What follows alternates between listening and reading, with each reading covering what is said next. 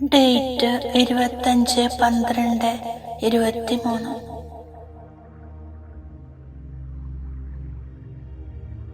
Om Shanti.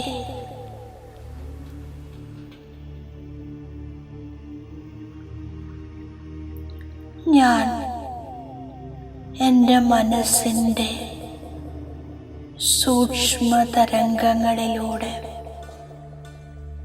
Second കൊണ്ട്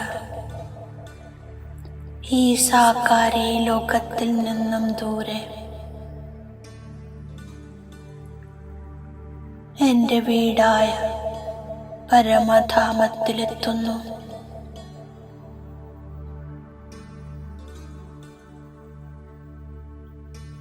സ്വയം തന്നെ പവിത്രതയുടെ ചൈതന്യ സൂര്യ ശിവബാബയുടെ കൂടെ ഞാൻ അനുഭവം ചെയ്യുന്നു.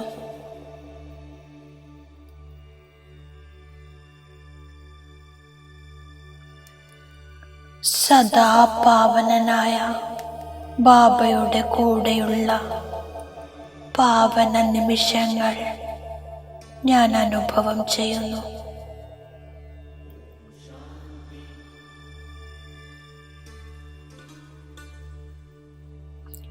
തേജോമയ പവിത്രതയുടെ സൂര്യൻ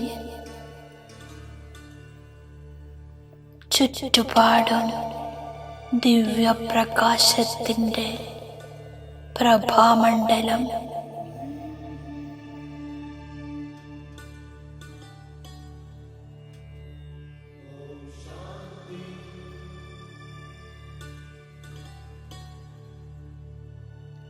പരമധാമത്തിൽ ചൈതന്യ സൂര്യ ശിവപിതാവിൻ്റെ ഛത്രഛായയിൽ ഞാനിരിക്കുന്നു.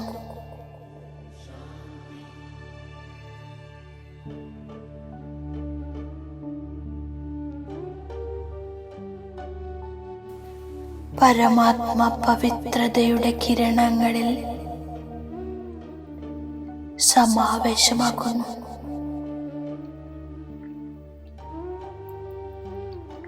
ഞാൻ ആത്മാ സമ്പൂർണ്ണ പാവനമായിത്തീരുന്നു.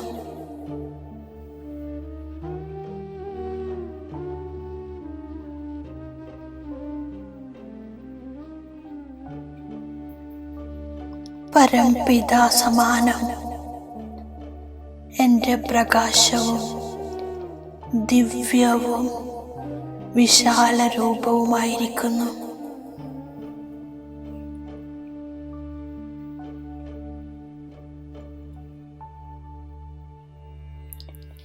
ഞാൻ പവിത്രതയുടെ സുരക്ഷാ കവചത്തിലൂടെ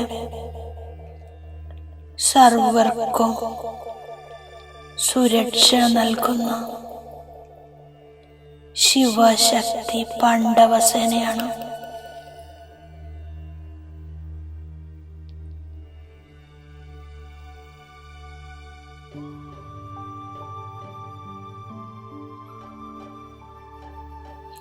ആരാണോ പവിത്രതയുടെ കവചമണിഞ്ഞിരിക്കുന്നത് അവരുടെ രക്ഷ സ്വതവേ ഉണ്ടാകുന്നു.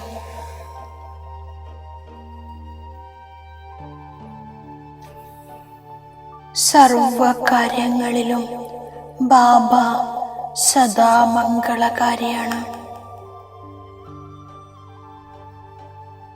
ബാബ നൽകുന്ന നിർദ്ദേശങ്ങളെ അനുസരിച്ച് ഞാൻ ശ്രീമതത്തിലൂടെ നടന്നുകൊണ്ടിരിക്കുന്നു.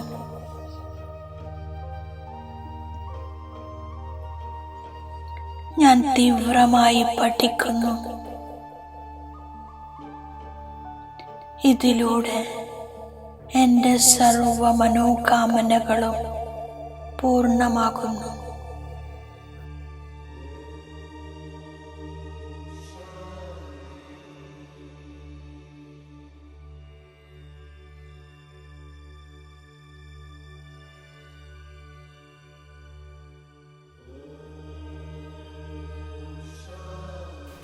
ഈ പഠിപ്പിലൂടെ ഞാൻ വൈകുണ്ഠത്തിലേക്ക് പോകുന്നു. ബാബ പറയുന്നു, ഹേ കുട്ടി, ഇപ്പോൾ വീട്ടിലേക്ക് പോകാം. രാത്രി പൂർത്തിയായിരിക്കുന്നു. ഇനി പകൽ വരും.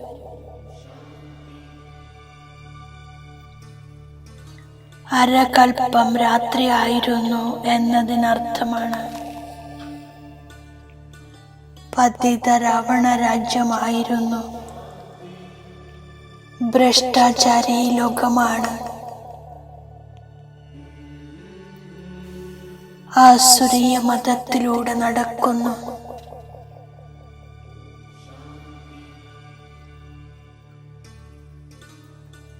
ഞാനിപ്പോൾ നിരാകാരന്റെ ശ്രീമതത്തിലൂടെ നടക്കുന്നു. ഇത് കർമ്മക്ഷേത്രമാണ്, സ്റ്റേജാണ്. ഇവിടെയാണ് ഞാൻ ആത്മാവ് ശരീരം ധാരണ ചെയ്ത് പാർട്ട് അഭിനയിക്കുന്നത്. 84 ജന്മങ്ങൾ ഭിന്ന ഭിന്ന നാമരൂപദേശകാലത്തിൽ ഉണ്ടാകുന്നു. സതോ പ്രധാനമായ സത്യുഗത്തിൽ നിന്നും തമോ പ്രധാനമായ കലിയുഗത്തിലേക്ക് തീർച്ചയായും വരും. ഡ്രാമ അനുസരിച്ച് തീർച്ചയായും എല്ലാവരും മറക്കുക തന്നെ വേണം.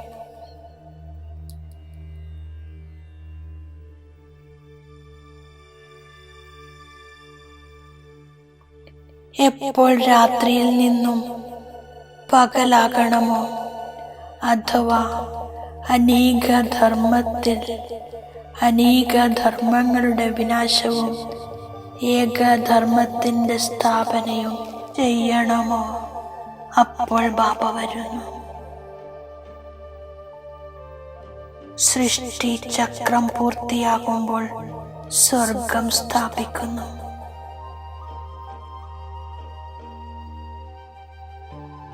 ആത്മാവിൽ പഠിപ്പിന്റെയും ചെയ്ത കർമ്മങ്ങളുടെയും സംസ്കാരം നിലനിൽക്കുന്നു. ഞാനിപ്പോൾ ദേഹി അഭിമാനിയായി പരമാത്മാവിനെ ഓർമ്മിക്കുന്നു. അവിനാശിയായ ആത്മാവ് ഒരു ശരീരം ഉപേക്ഷിച്ചു മറ്റൊന്നെടുക്കുന്നു. ആത്മാവിൽ അവിനാശിയായ പാർട്ട് അടങ്ങിയിട്ടുണ്ട്. ഡ്രാമ അതുപോലെ ആവർത്തിക്കുന്നു. ഞാൻ പൂജ്യനായ ബ്രാഹ്മണനാണ്, പൂജ ചെയ്യുന്നില്ല. ഭാരതം പഴയതാകുമ്പോൾ ബാബ വന്ന് അതിനെ പുതിയതാക്കുന്നു. പുതിയ ഭാരതം സ്വർഗമാണ്. പഴയ ഭാരതത്തെ നരകമെന്ന് വിളിക്കുന്നു. ബാബ കൽപ്പകൽപ്പം ജ്ഞാനം തന്നുകൊണ്ടിരിക്കുന്നു. ബാബ വരുന്നത് തന്നെ കൽപ്പത്തിന്റെ സംഗമയുഗത്തിലാണ്. എപ്പോൾ മുഴുവൻ സൃഷ്ടിയും പതിതമാകുന്നുവോ അപ്പോൾ ബാബ വരുന്നു.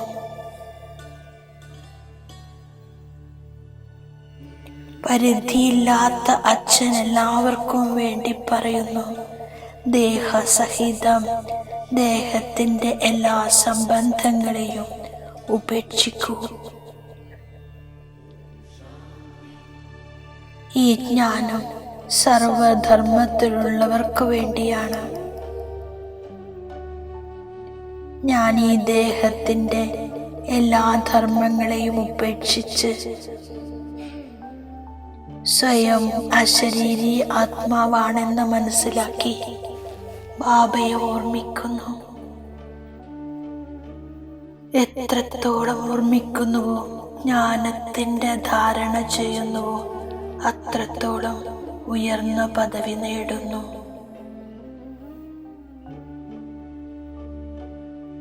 കൽപ്പം മുമ്പ് എത്ര ജ്ഞാനമെടുത്തുവോ അവർ തീർച്ചയായും അത്രയും തന്നെ എടുക്കും. എനിക്ക് ലഹരിയുണ്ട്. ഞാൻ വിശ്വത്തിന്റെ രചയിതാവായ ബാബയുടെ കുട്ടിയാണ്. ബാബ രാജയോഗം പഠിപ്പിച്ച് എന്നെ വിശ്വത്തിന്റെ അധികാരിയാക്കുന്നു.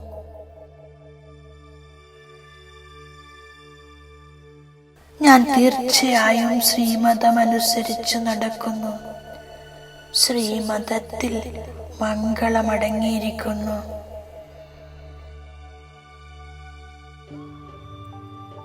ബാബ എല്ലാ കാര്യത്തിലും മംഗളകാരിയാണ്. ഒരു മനുഷ്യനും ജ്ഞാനസാഗരനാവാൻ സാധ്യമല്ല.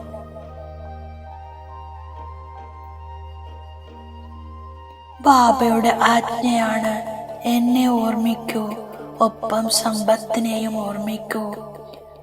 മന്മനാഭവ മദ്യാജീഭവ.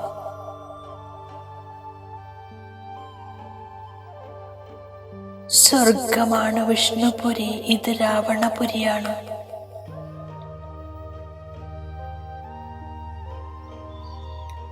ബാബയെ ഓർമ്മിക്കുന്നതിലൂടെ അന്തിമ സമയത്തെ മനം പോലെ ഗതിയുണ്ടാകുന്നു.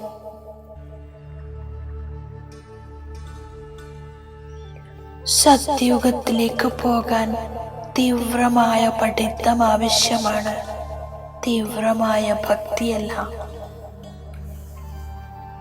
ബാബയുടെ ഓരോ വാക്കിലും മംഗളമടങ്ങിയിട്ടുണ്ട് എന്ന് മനസ്സിലാക്കി നിശ്ചയബുദ്ധിയോടെ ഞാൻ മുന്നോട്ടു പോകുന്നു. ഒരിക്കലും സംശയത്തിൽ വരില്ല. ശ്രീമതത്തെ യഥാർത്ഥ രീതിയിൽ മനസ്സിലാക്കുന്നു. ഞാൻ ആത്മാഭിമാനിയാകാനുള്ള അഭ്യാസം ചെയ്യുന്നു. ഡ്രാമയിൽ ഓരോരുത്തരുടെയും പാർട്ട് അനാദിയാണ്. അതിനാൽ സാക്ഷിയായി കാണുന്നതിനുള്ള അഭ്യാസം ചെയ്യുന്നു. ഞാൻ ബാബ നൽകിയ വരദാനത്തിന്റെ സ്വരൂപമാകുന്നു. ബാബയുടെ വരദാനമാണ് സദാ സുരക്ഷയുടെ രേഖയ്ക്കുള്ളിൽ പരമാത്മാ ഛത്രഛായയുടെ അനുഭവം ചെയ്യുന്ന മായാജീത്തായി ഭവിക്കൂ. ഞാനും ബാബയും ഇതാണ് സുരക്ഷയുടെ രേഖ. ഈ രേഖ തന്നെയാണ് പരമാത്മാ ഛത്രഛായ. ഈ ഛത്രഛായയുടെ രേഖയ്ക്കുള്ളിൽ പരിശ്രമമെന്താണ്, തടസ്സമെന്താണ്, വിഘ്നമെന്താണ്, ഈ വാക്കുകളിൽ അവിദ്യരാകുന്നു. സദാ സുരക്ഷിതമായി ബാബയുടെ ഹൃദയത്തിൽ ലയിച്ചിരിക്കുന്നു. ഇതാണ് മായാജീതാകാനുള്ള പുരുഷാർത്ഥം.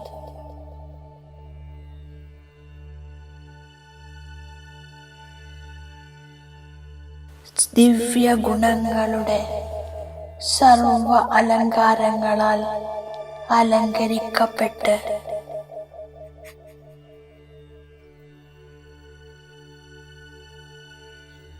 കഴിയുകയാണെങ്കിൽ അഹങ്കാരം വരിക സാധ്യമല്ല. ഓം ശാന്തി.